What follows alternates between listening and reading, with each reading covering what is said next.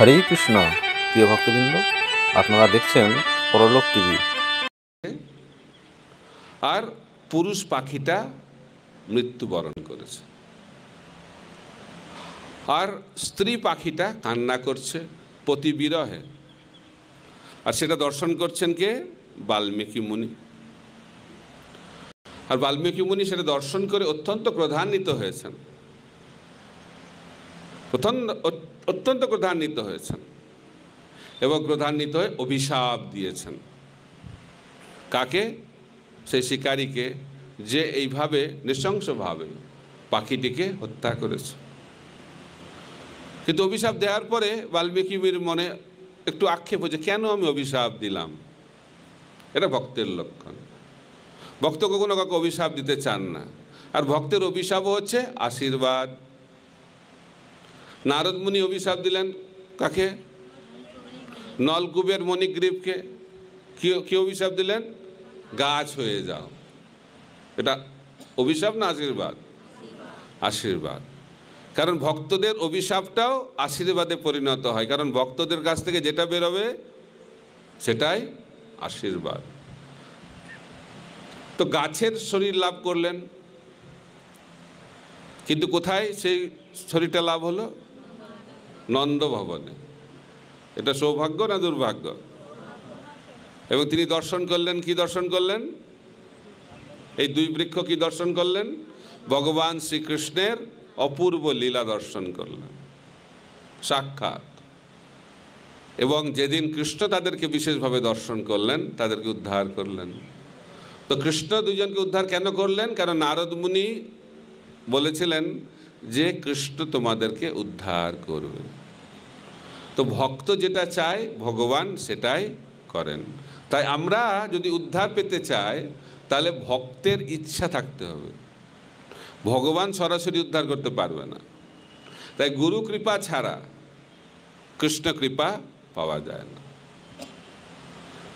আমি শুনছিলাম কদিন আগে দক্ষিণ ভারতে খুব সুন্দর একটি কথা বলছে, যদি হরি রুষ্ট হয় তাহলে হরা, কে হরা? মহাদেব। তো মহাদেব আমাদেরকে রক্ষা করতে পারে। আর যদি মহাদেব রুষ্ট হয়ে যায় তাহলে হরি রক্ষা করতে পারে। আর হরি হর দুজনে যদি রুষ্ট হয়ে যায় তাহলে গুরু আমাদেরকে রক্ষা করতে পারে। কিন্তু যদি গুরু রুষ্ট হয়ে যায় আর কেউ, হরিও কিছু করতে পারবে না, হরও কিছু করতে পারবে না। তাই গুরুকে আমাদেরকে খুব সাবধানতার সঙ্গে আচরণ করতে হবে। তাই গুরু হচ্ছে অত্যন্ত গুরুত্বপূর্ণ একটি ব্যক্তিত্ব আমাদের জীবনে। আর মহান গুরু যারা মহাভাগবত গুরু, তাদের আর কি কথা। তো নারদ মুনি তো কোনো সাধারণ গুরু নন, কোনো অসাধারণ গুরুও নন, তিনি হচ্ছেন মহাভাগবত গুরু, উত্তম ভক্ত। তিনি যেটা ইচ্ছা করবেন ভগবানেরই সেটি ইচ্ছা। তাই নারদ মুনির কৃপাতে দস্যু রত্নাকার হয়ে গেলেন বাল্মীকি মুনি। তো যখন তিনি ওই অভিশাপটা দিলেন বাল্মীকি মুনি, তখন আক্ষেপ হলো তার, কেন আমি এটা করলাম? এটা ভগবানের ইচ্ছাতে হচ্ছে। যেমন পরীক্ষিত মহারাজ তৃষ্ণার্ত হয়ে তিনি কি করলেন? মৃত সর্প কার গলায় দিলেন? কার গলায় দিলেন? শ্রমিক ঋষির গলায়। তাই তো, শ্রমিক ঋষি, তার ছেলের নাম হচ্ছে সিংহে। সিংহে অভিশাপ দিয়েছিলেন। এটা ভগবানের ইচ্ছাতে হয়েছে। পরীক্ষিত মহারাজ তো ভগবানের শুদ্ধ ভক্ত, মহাভাগবত, তিনি কি এই ভুল করতে পারেন না? তো বাল্মীকি মুনিকে অভিশাপ দিতে পারেন? পারেন, কিন্তু সেটি ভগবানের ইচ্ছায় হচ্ছে। তো যখন আক্ষেপ করছেন তখন সেখানে এসে উপস্থিত হয়েছেন ব্রহ্মা।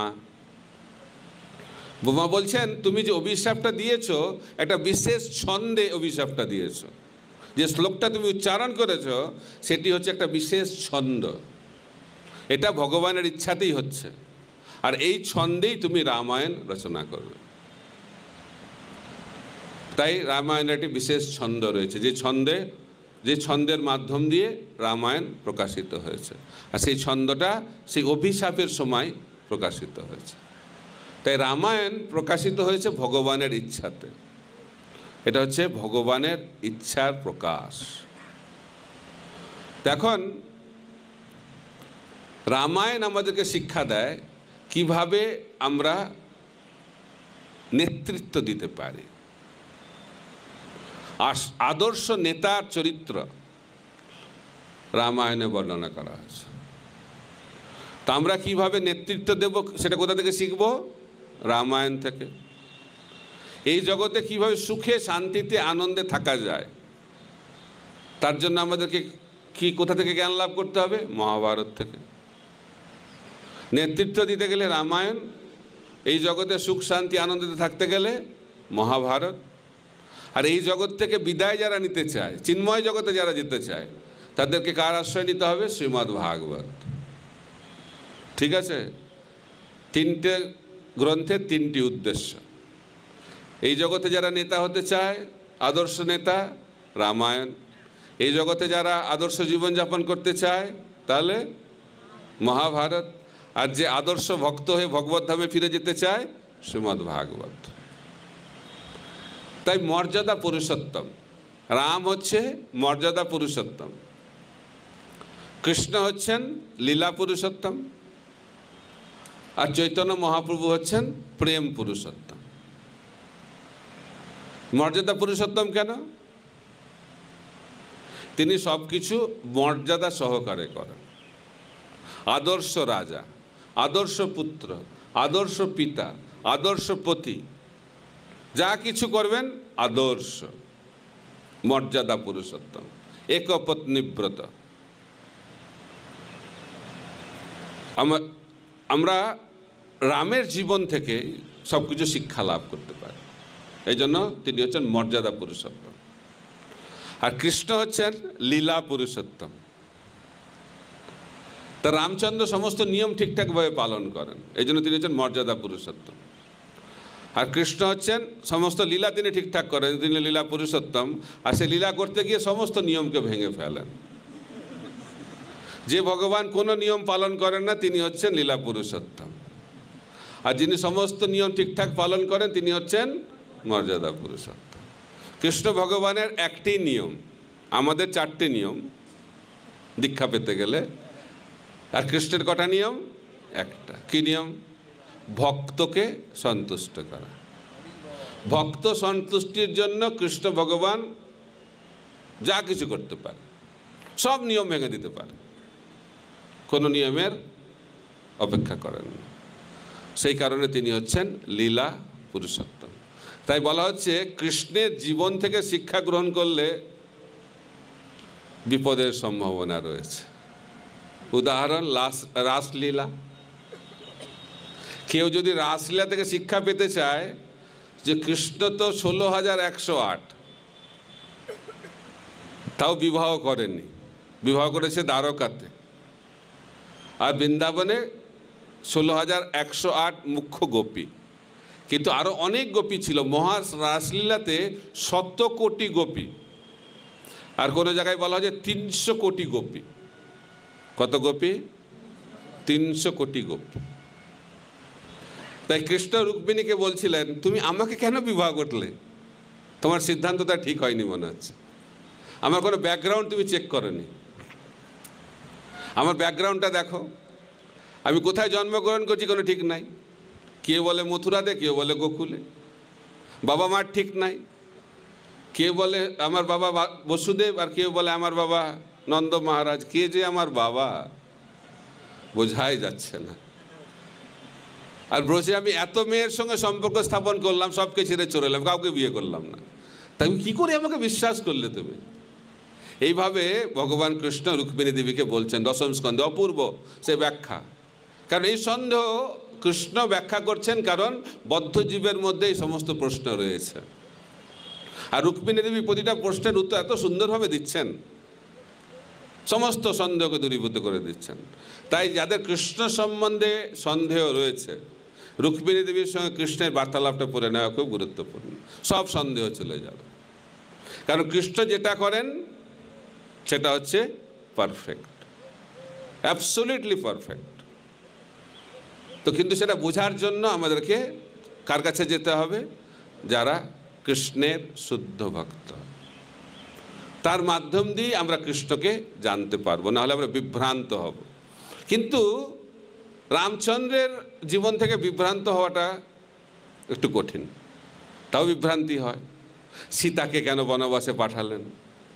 সীতাকে কেন অগ্নি পরীক্ষা দিতে হলো? বালিকে কেন পেছন থেকে মারলেন? অনেক প্রশ্ন রয়েছে, বদ্ধজীবের অনেক প্রশ্ন। কিন্তু রামচন্দ্রের যে সমস্ত লীলা, সেটার মধ্যে অত বেশি সন্দেহ আসে না। সেই কারণে তিনি হচ্ছেন মর্যাদা পুরুষোত্তম। এখন এই রামায়ণ আমাদেরকে ঠিকভাবে অধ্যয়ন করতে হবে। শ্রীল প্রভুপাদ তিনি রামায়ণ রচনা করতে চেয়েছিলেন, মানে রামায়ণের উপর তাৎপর্য দিতে চেয়েছিলেন ভাগবতের পরে, কিন্তু সময় পেলেন না। তাই আমাদের রামায়ণ অধ্যয়ন করা অত্যন্ত গুরুত্বপূর্ণ, কারণ রামায়ণ পড়লে আমরা ভাগবত পড়ার যোগ্যতা অর্জন করতে পারি। কারণ আমরা যদি আদর্শ চরিত্র গঠন করতে না পারি, তাহলে আমরা কৃষ্ণ সম্বন্ধে জানতে পারবো না। তাই রামচন্দ্রের জন্ম, রামচন্দ্রের কর্ম, এইগুলো যদি আমরা ঠিকমতোভাবে বুঝতে পারি এবং অনুসরণ করতে পারি, তাহলে আমরা আদর্শ ভক্তে পরিণত হতে পারব। কারণ রামচন্দ্র হচ্ছেন মর্যাদা পুরুষোত্তম। এখন আমরা রামচন্দ্রের আবির্ভাব থেকে শুরু করব। আমার ইচ্ছা ছিল সীতাহরণ থেকে শুরু করার, কিন্তু ঔদার্যচন্দ্র প্রভু বললেন যে প্রথম থেকে শুরু করলেই ভালো। কারণ বলা হচ্ছে অরণ্যকাণ্ড, কিষ্কিন্ধা কাণ্ড আর সুন্দর কাণ্ড, এই তিনটের মধ্যে ভগবানের বেশিরভাগ লীলা যা শিক্ষণীয় আমরা বিশেষভাবে পেয়ে থাকি।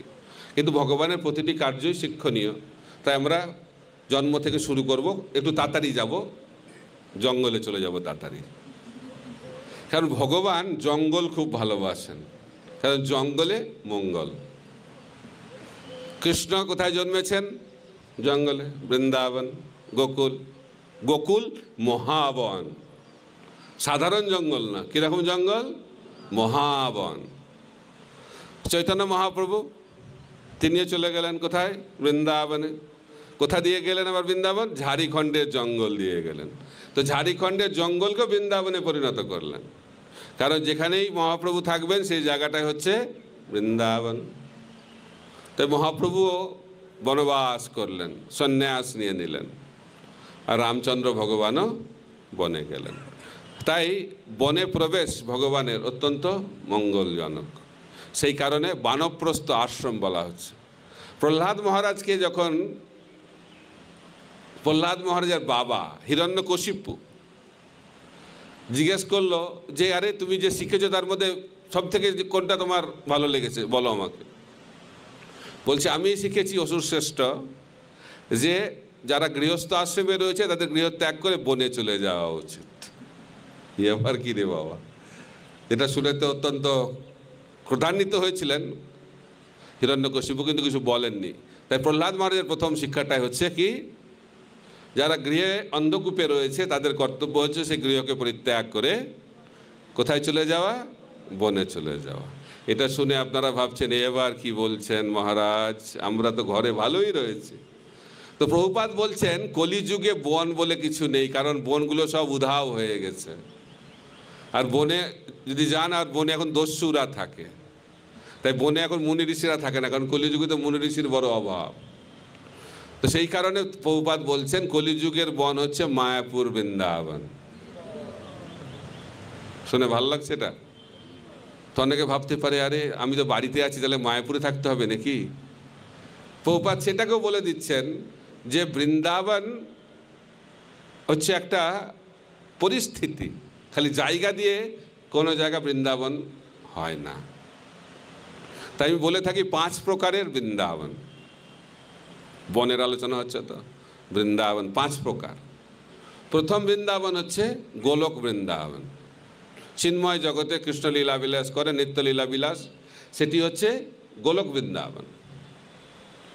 তারপরে যখন ভগবান কৃষ্ণ এই জগতে আসেন, আজ থেকে 5000 বছর আগে এসেছিলেন উত্তরপ্রদেশে একটি জায়গায়, সেই জায়গাটি হচ্ছে বৃন্দাবন, সেটি হচ্ছে ভৌম বৃন্দাবন, এই জড়জগতে বৃন্দাবন।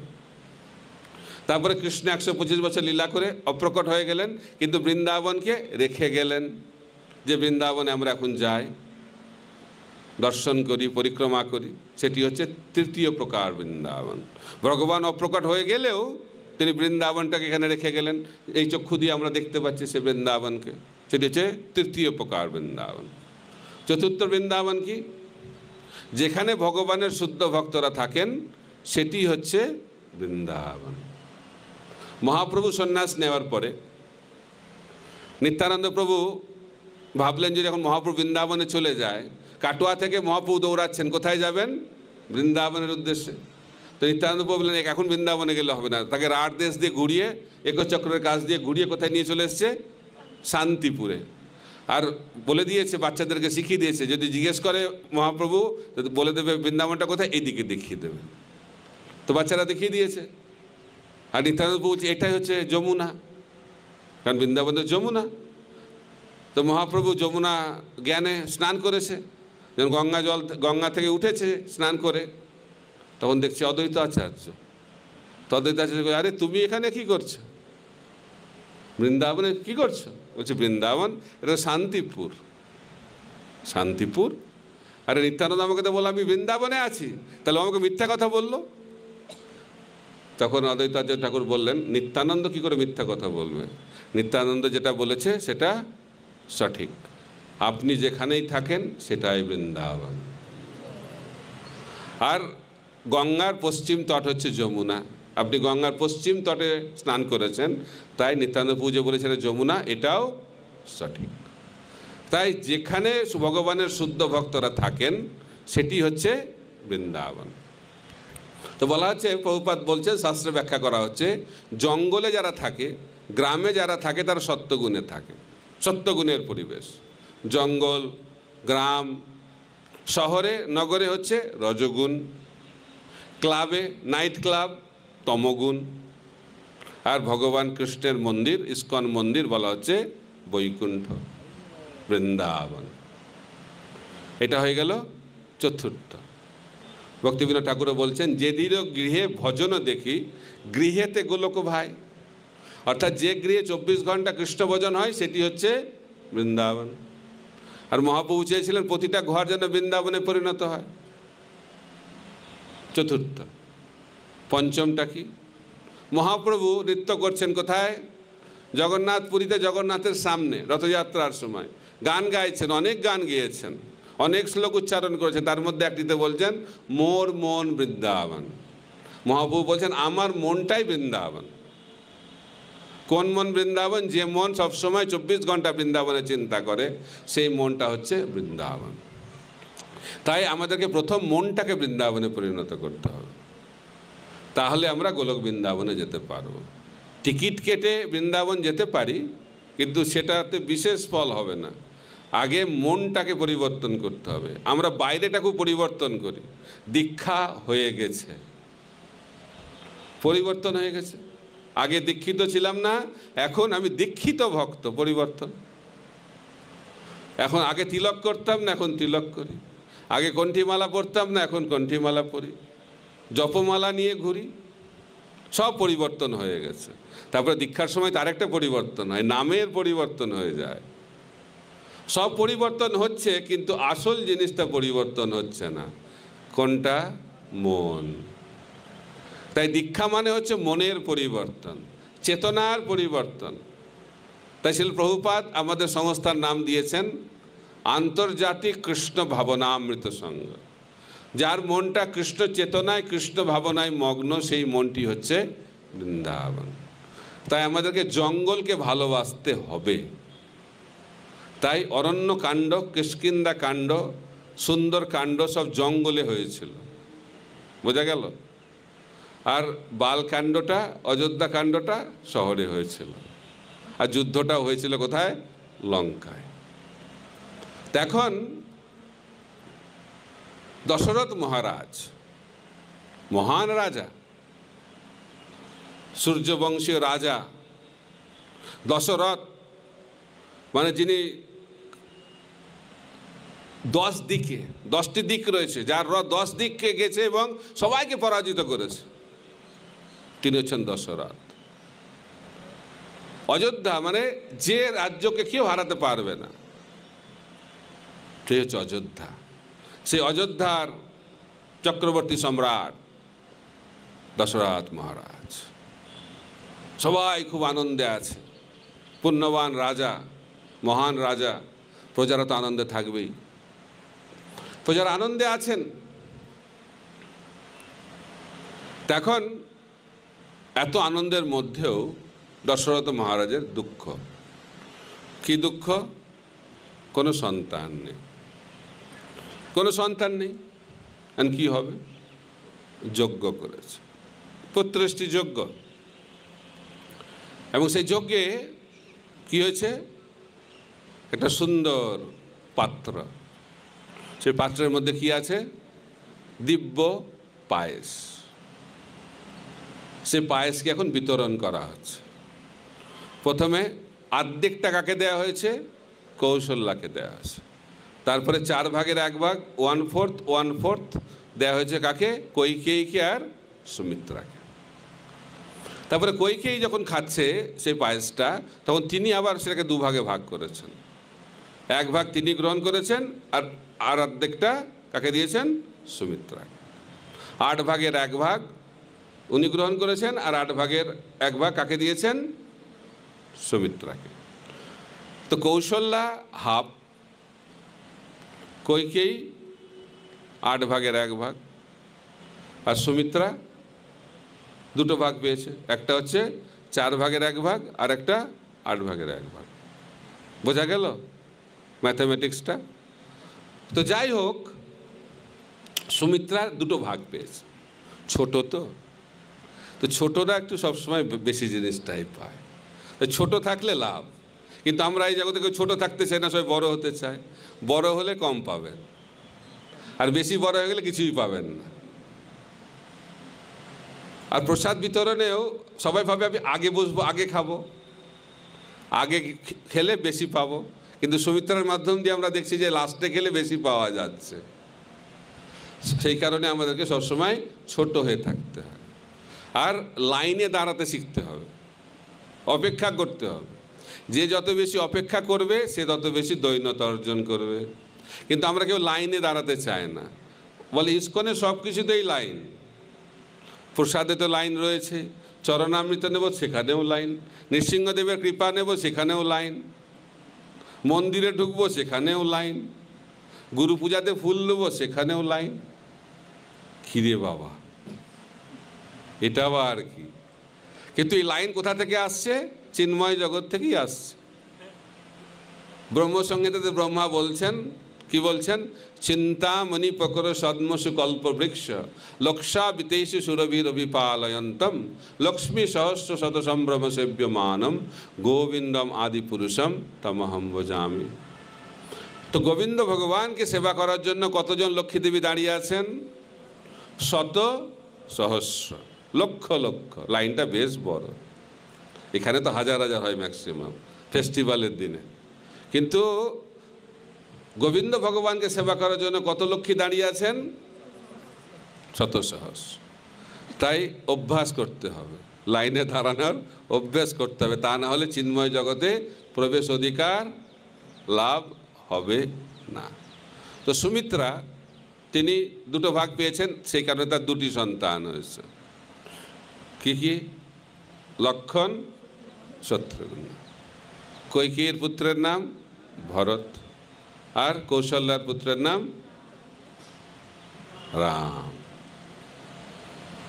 এখন যে পাত্রটা সেখানে কিছু লেগেছিল, সবকিছু বিতরণ হওয়ার পরে লাস্টে কিছু থাকে। যেমন আমরা দেখেছি না, যখন মহাভারতে যখন যুধিষ্ঠির মহারাজরা বনবাসে ছিলেন, তো পাঠিয়ে দিয়েছে কাকে? দুর্বাসা মুনিকে। বিপদে পড়ে গেছে কে? পাণ্ডবেরা, কারণ খাওয়া হয়ে গেছে, অক্ষয় পাত্র শেষ, কারণ সব কিছু গুছিয়ে রেখে দিয়েছে, কারণ কী হবে বিপদ। তো কৃষ্ণ এসে হাজির, বুঝি দেখো না কিছু থাকবেই, সেখানেও কিছু ছিল লেগে। তো সেটা যখন খেয়েছে কৃষ্ণ, সব সন্তুষ্ট হয়ে গেছে। তো একটু লেগেছিল সেই পায়েস, তো সেই পায়েস একটা বাজ পাখি সেটা নিয়ে চলে গেছে কোথায়? দক্ষিণ ভারতে। সেখানে গিয়ে দিয়েছে কাকে? অঞ্জনাকে। অঞ্জনা হচ্ছে হনুমানের মা। তো সেই জন্য হনুমান সেই দিব্য পায়েস লাভ করে, তিনি হনুমান না, হনুমানের মা সেই দিব্য পায়েস গ্রহণ করার ফলে তার মাধ্যম দিয়ে হনুমান এই জগতে প্রকটিত হয়েছে। তো মহান ভক্ত হতে গেলে মহাপ্রসাদ পেতে হবে। যত বেশি গ্যাপ হবে তত মহানতা বাড়বে। বোঝা গেল? তো হনুমান হচ্ছেন সর্বশ্রেষ্ঠ ভক্ত। তো কেন হলেন? ওই একটু যে লেগেছিল ওটা পেয়ে গেল বলে মহান কৃপা লাভ হয়ে গেল। এখন রাম, ভরত, লক্ষ্মণ, শত্রুঘ্ন। তো লক্ষ্মণ শত্রুঘ্ন দুজনেই খুব কান্না করে, আর কান্না থামানো যাচ্ছে না। মহাপ্রভু যখন জন্মগ্রহণ করেছেন খুব কান্না করতেন, আর হরি বল বললেই কান্না বন্ধ হয়ে যেত। হরি বল, হরি বল, কান্না বন্ধ। আর হরি বল বন্ধ হয়ে গেলেই কান্না শুরু, কারণ মহাপ্রভু চেয়েছিলেন সবাই হরি বল বলুক। এখন ভরত আর রাম রয়েছে, কিন্তু লক্ষ্মণ আর শত্রুঘ্ন কান্না করে, আর কান্না বন্ধ হচ্ছে না। কেন কান্না করছে সেটাও বোঝা যাচ্ছে না, আর কান্নাও বন্ধ করা যাচ্ছে না, তো মহাবিপদ। তখন বলা হলো যে জোড়াটা রয়েছে রাম, ভরত আর লক্ষ্মণ, শত্রুঘ্ন, এটাকে পরিবর্তন করতে হবে। রামের সঙ্গে দিতে হবে লক্ষ্মণকে, আর ভরতের সঙ্গে দিতে হবে শত্রুঘ্নকে, তাহলে ঠিক হয়ে যাবে। আর যেই সেই জোড়া পরিবর্তন হয়ে গেল, সঙ্গে সঙ্গে কান্না বন্ধ। কেন? কারণ আমরাও এই জগতে সবসময় কান্না করছি। এই জগৎটা হচ্ছে কান্নার জগৎ। আমরা জন্মগ্রহণ করি কিভাবে? কান্না করতে করতে।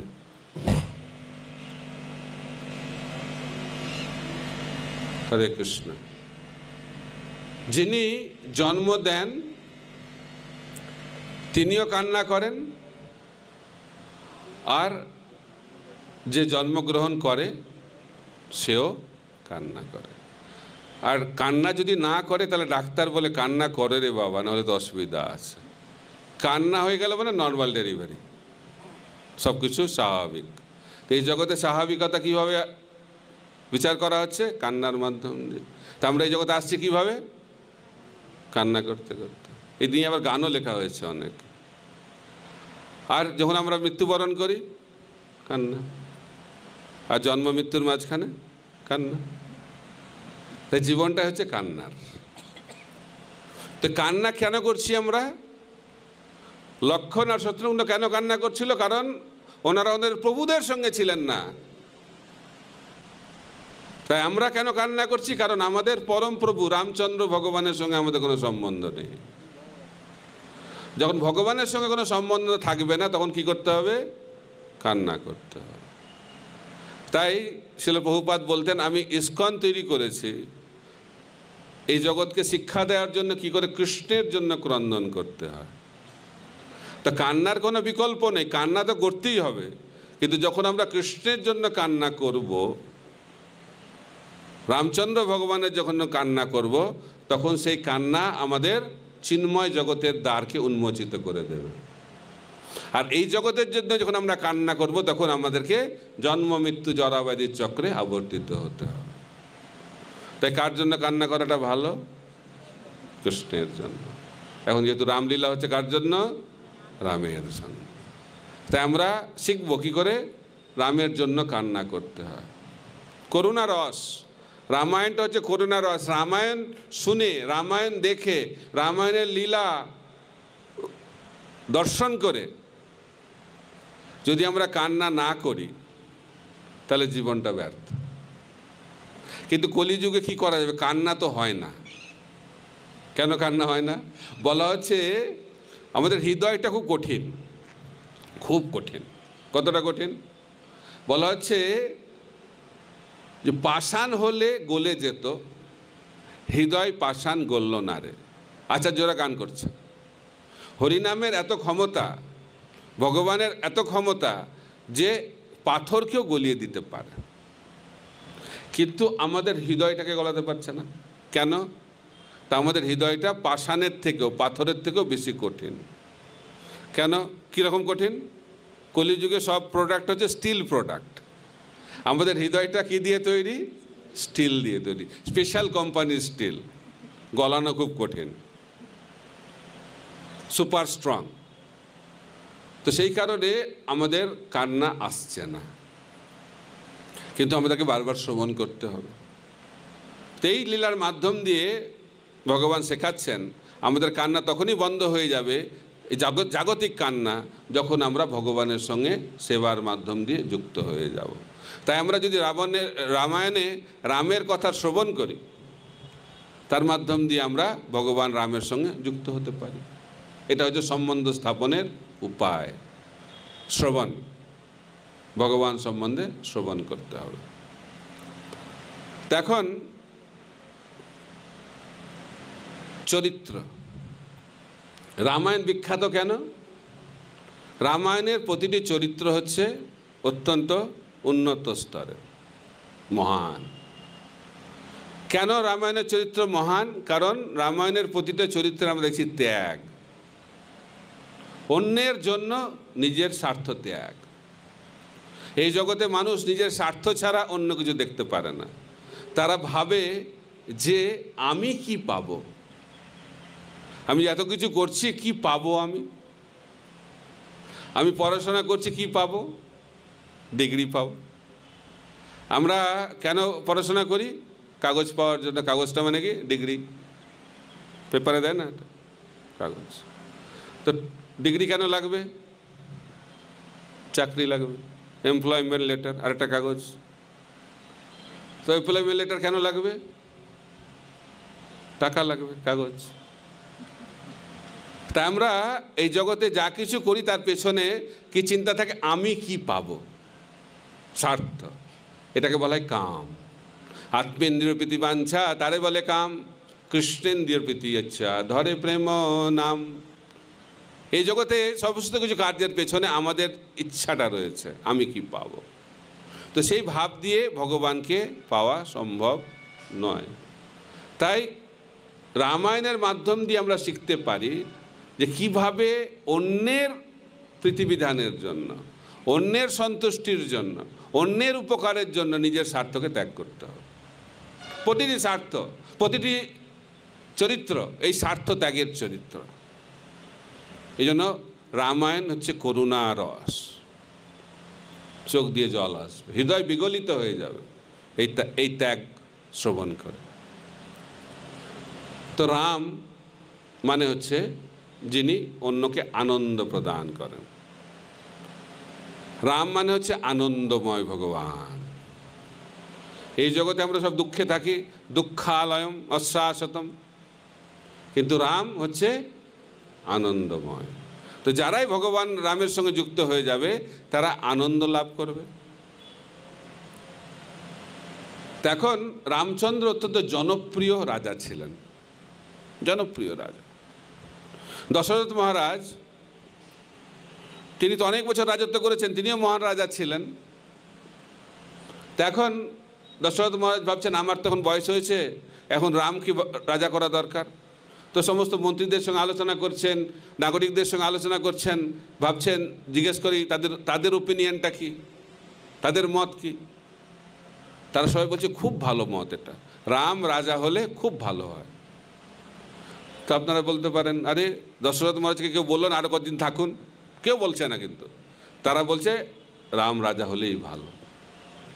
তার মাধ্যম দিয়ে বোঝা যাচ্ছে দশরথ মহারাজ মহান রাজা হলেও রামচন্দ্র হচ্ছেন তার থেকেও মহান।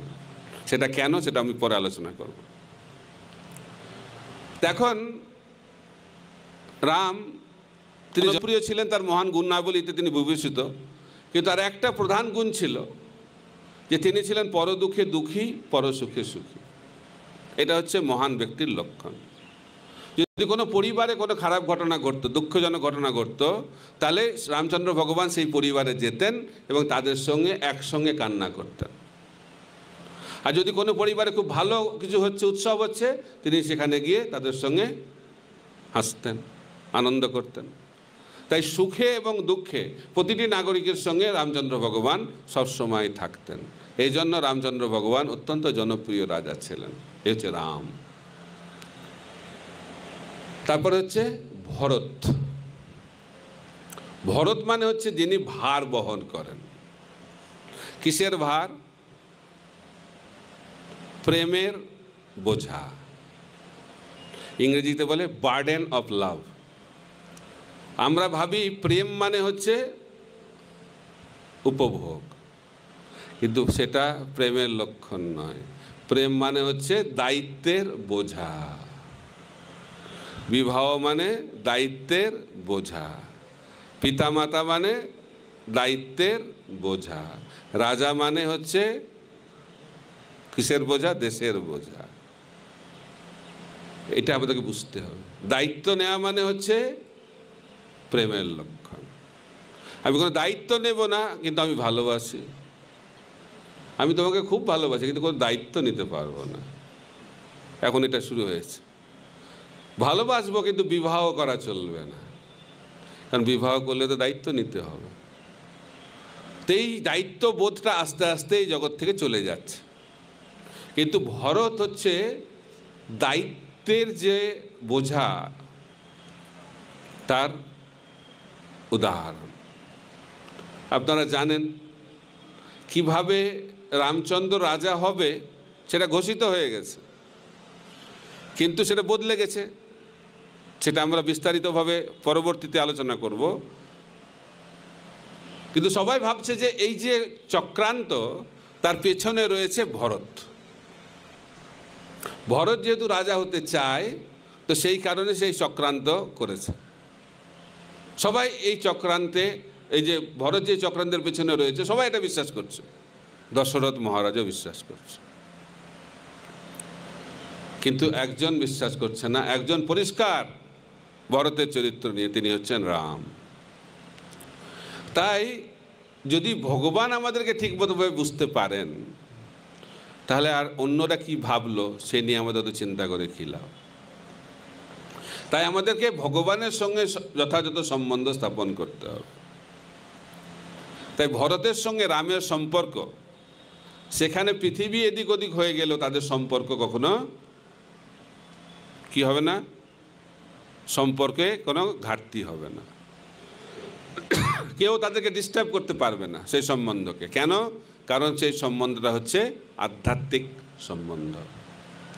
কিন্তু এই জগতের সম্বন্ধ, তার মধ্যে স্বার্থ রয়েছে। নিঃস্বার্থ সম্বন্ধে কোনো ব্যাঘাত আসে না, কিন্তু যেখানে স্বার্থ রয়েছে সেখানে সবসময় সমস্যা হতে পারে।